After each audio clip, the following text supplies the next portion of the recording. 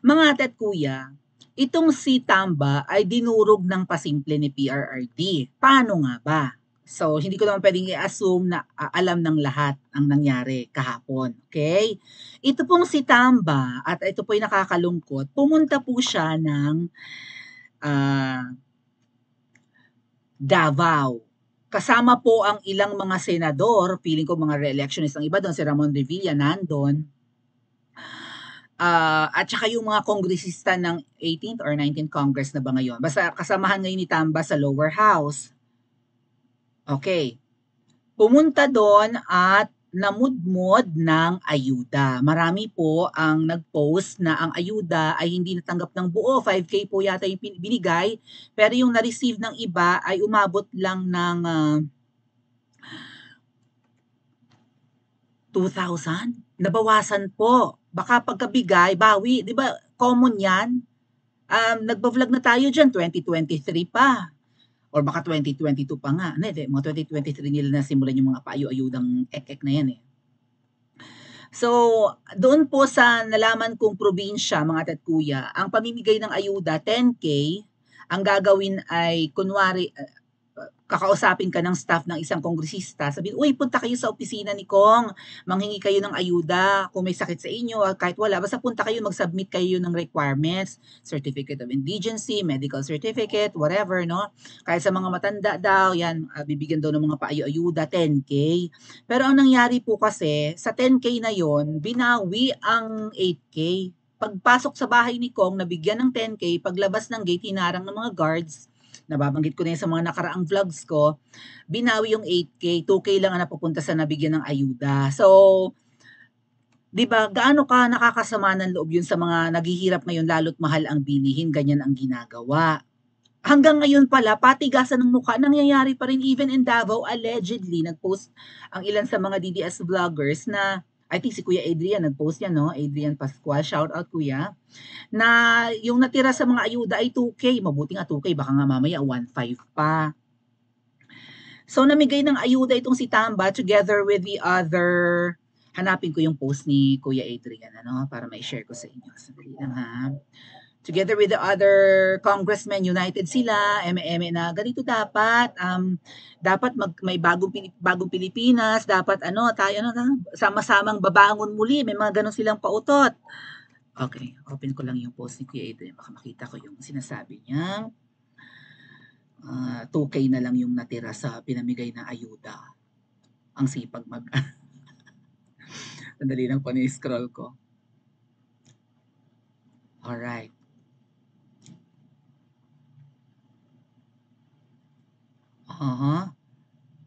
Alright. Where was I?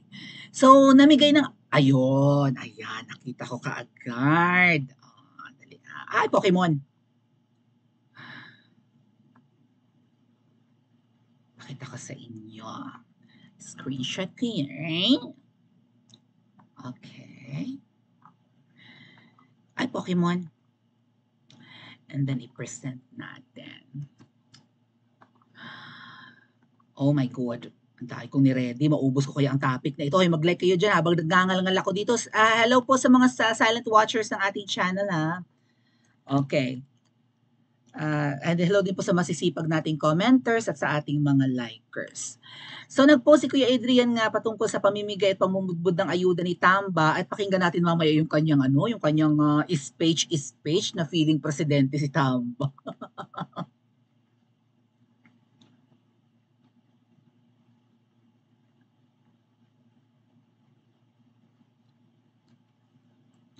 Ngayon, ang usap-usapan, sabi ni Kuya Adrian Pascual, kaya itong mga binabanggit ko sa live natin, mga tet kuya, ay hindi to invento ko lang. Right? Ako ay parang secondary source nyo eh.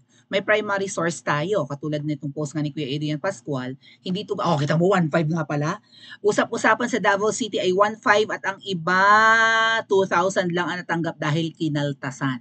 Pero 5 kilo naman yung bugas. Damak, kawatan. Ngayon, baka naman 1.5 lang, Kuya Adrian, ang binigay talaga at 2,000, baka hindi 5K. Eh di pakinggan natin si Tamba kung magkano talaga ang binigay nila. Bakit sabi ni Kuya Adrian, 1.5 lang ang na-receive sa Davao City. At nga pala, binabanatan to ni Baste. Pag-usapan natin si Baste sa susunod nating live. Malay nyo, mag-live ako mamayang gabi. Ilang araw kong absent eh. O sisipag-sipagan natin. Ano po? Bare month na. Hoy, bare month na! Whenever I see girls and boys and LGBT and Tawita, I remember. Huwag na kumanta, walang pakul. Ayan. Pakinggan natin si Tamba mga at kuya kung magkano ang kanyang pinamudmod na datsung sa Davao City. Okay? Kayo po, 3,000 kayong benepisyaryo. Makatanggap kayo ng 5,000 pesos cash! At 5 kilong bugas! Happy kayo! Para sa kayo po, 3,000 kayong benepisyaryo. Makatanggap kayo ng 5,000 pesos cash! At 5 kilong bugas!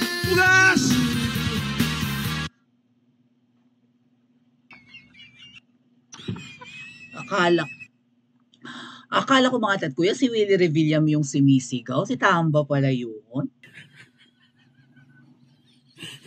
Ngayon po, makakatanggap kayo ng 5,000 cash! Ano ba? Kilo! Bugas! What the? Bakit ka na siya 5 kilo bugas? Huh? What?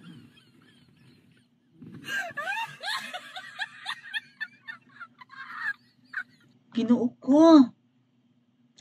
Ngayon, paano siya dinurog ni PRRT? Kasi ano po, parang ang sabi ng iba, actually, nag-post ako patungkol dito, open ko lang yung, saan ko pinost?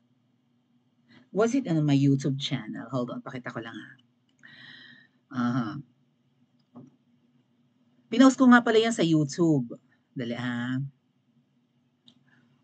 Alrighty. Okay, may survey. Ay, survey. Okay, got it. Oh, ano ba mag-participate? Taon sa mo ay. Nakapin ko lang. Ay, nakapag-like na ba kayo dyan? Ayun ang survey. Okay, got it. Pinost ko yan sa aking YouTube channel.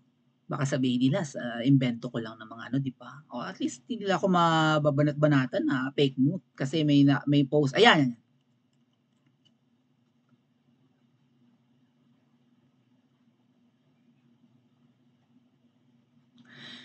Sabi dito, picture ni Tamba with a kongresista, ando si Bong Revilla.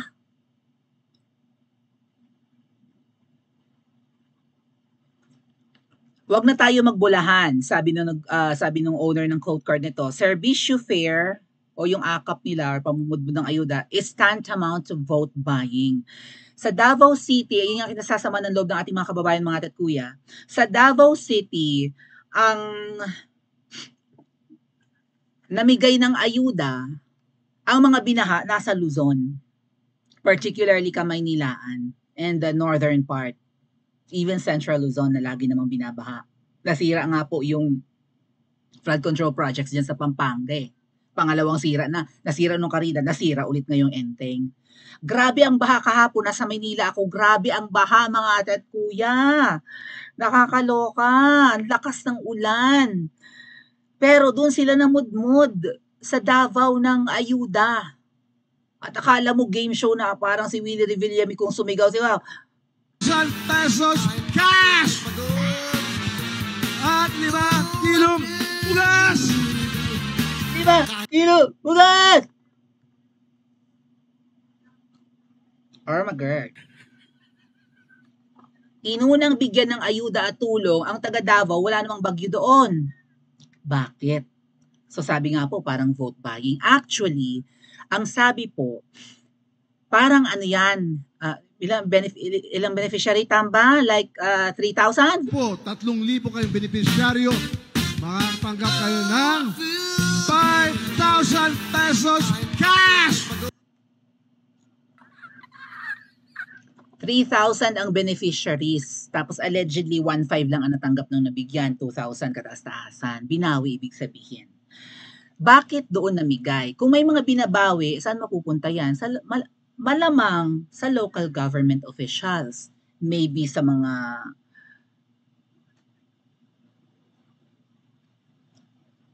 councilors ng Davao City, barangay captains.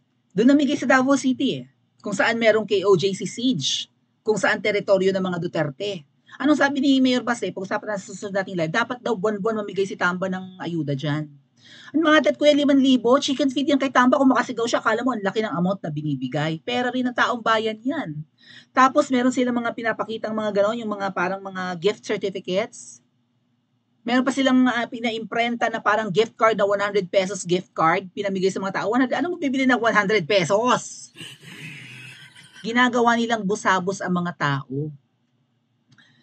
So parang ano daw yun, loyalty check. Parang allegedly binibili na ng grupo na ninatamba ang loyalty ng mga Davaoenyo. Pero okay lang naman kay Baste. Sige, pabigay kayo. Total, binalahuran nyo na ng gusto ang taga Davao. Yan nga, may KOJC siege. Dapat buwan-buwan kayo mamigay ng ayuda. Gusto nyo ayuda. Ay, alam nyo mga kuya, ang ayuda 5,000 tapos magiging 1,500 na bawasan. Ilang araw bago maubos yan. So nabigyan nyo ng ayuda ngayon, kailan kayo babalik?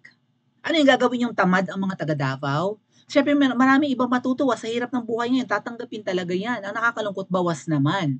Ang sabi, parang ano daw to, kasi kung kakamkami ng mga local, let's say mga city councilors, even barangay councilors and barangay captains, kung babawiin nila yung 3,000 ng 5,000 at ang mapupunta lang sa nabigyan ng ayuda ay 2,000 or 1,500, ay di kapag nilikom ng mga kurakot ng mga barangay captain at mga local government officials yun, malaki rin.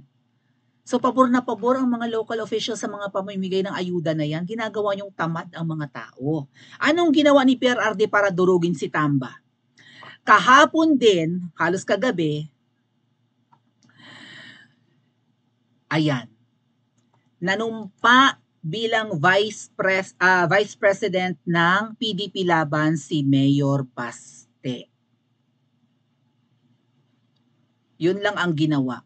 Meron kayong pambabribe. Kasi ang ayuda parang bribery di ba? Parang parang loyalty buying or vote buying per se yan. Anong ginawa ni PRRD kagabi? Siguro coincidence lang. Pinanumpa si Baste as Vice President ng PDP Laban.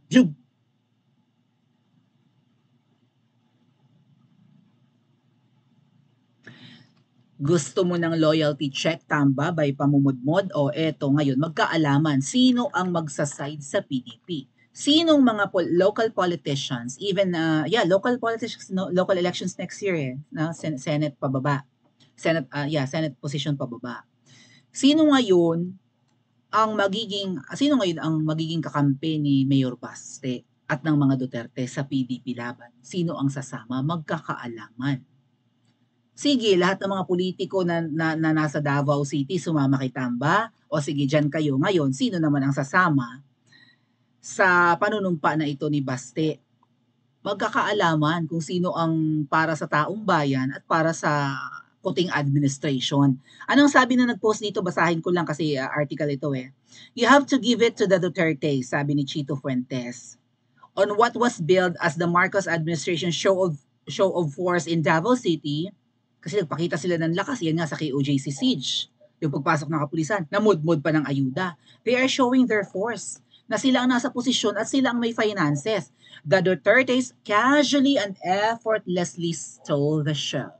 Kahapon na mudmod, kinagabihan, pinanumpa si Mayor Baste. Mas nag-trending. Inagaw ni PRRD ang limelight ng pamumudmod ng pera ni Tamba sa Davao. Nagkaroon ng panunumpa ng panibagong Vice President ng PDP Laban sa Davao rin. Mayor Sebastian Duterte took his oath as member and Executive Vice President of the PDP Laban before former President Rody Duterte and PRRD supporters. Just like that, the focus shifted to its implications. yung focus sa pamimigay ng ayuda napunta sa panunumpa ni Mayor Baste. Mudmud kayo ng pera ha, wait kayo. Meron kaming ceremony or whatever. Oath taking, di ba ganoon? Nanumpa si Mayor Baste as VP ng PDP Laban eh. Oh. Yun nga daw, na-focus, nag-shift yung implication. Is Mayor Baste running for senator? Naging trending to. Bakit siya nanumpa as vice president ng PDP Laban? Tatakbo ba siyang senador? Marami ang nananawagan, tumakbo si Mayor Baste ng senador. Senatorial elections next year or local elections next year, bakit siya nanumpa? Ano ang plano ng mga Duterte? At ang pinakamataas na posisyon na tatakbuhan next year dahil local elections nga ay Senate. Will the PDP Laban field a complete slate? Baka dumagdag si Mayor Baste sa senatorial slate, di ba? Who will be it aside from re-electionist Senator Bongo and Bato de la Rosa? So sino ang sasama sa ticket ng PDP Laban? Nandun nanumpa na si Mayor Baste, baka tatakbong senador yan. Pwede. Durugin mo ang asawa ni Puso, Mayor Baste, sure win yan. Okay? Just like that, and nobody is talking about the obscene waste of people's money of a lousy show that buried the Marcos administration deeper than ever. Abangan ang susunod na kabanata. Nakalimutan na si Tamba ay, kasi ang usapan na ngayon ay ang panunumpa ni Baste, hindi na yung pamimigay ng ayuda. Nilamon ang pamimigay ng ayuda ni Tamba na parang eng-eng doon na feeling Willie Revillame. At 5 kilo bugas! What? Ang nagtrending kagabi at ngayon na pag-uusap ay ang panunumpa ni Baste. Marami na nagsispekulate. Teka, tatakbo ba siyang senador? Bakit siya nanumpa as VP? Sino ngayon ang sasama sa kanya bukod sa mga re-electionist na Senator Bongo at Senator Bato? Nilamon ang limelight ni Tamba na mudmud ka pa, ginastos mo pa yung pera ng taong bayan, pera rin naman ng taong bayan ang pinamigay mo, pasikat ka, feeling mo, sino ngayon ang laman ng balita? Yung pamumudmud mo ng, sino ngayon ang naging laman ng balita? Ang pamumudmud ni Tamba ng 5,000 na allegedly binawi naman yung higit kalahati o ito nga yung panunumpa ni Baste at baka tumakbong Senate? Ano sa tingin yung mga Ted Kuya? Walang effort si PRRD pero trending. Kaya ba ni Tamba? Malay yung tumakbong senador yan. Kung hindi man siya makaposisyong, di ba? Kung pero hindi niya pakakawalan yung pagiging speaker, powerful siya, siya tatakbong Senate. So, kaya ba ni Tambang maging Pangulo ng Pilipinas? May charm ba siya kumpara sa mga Duterte? Pa-comment po sa comment section at mag-like and subscribe din po kayo.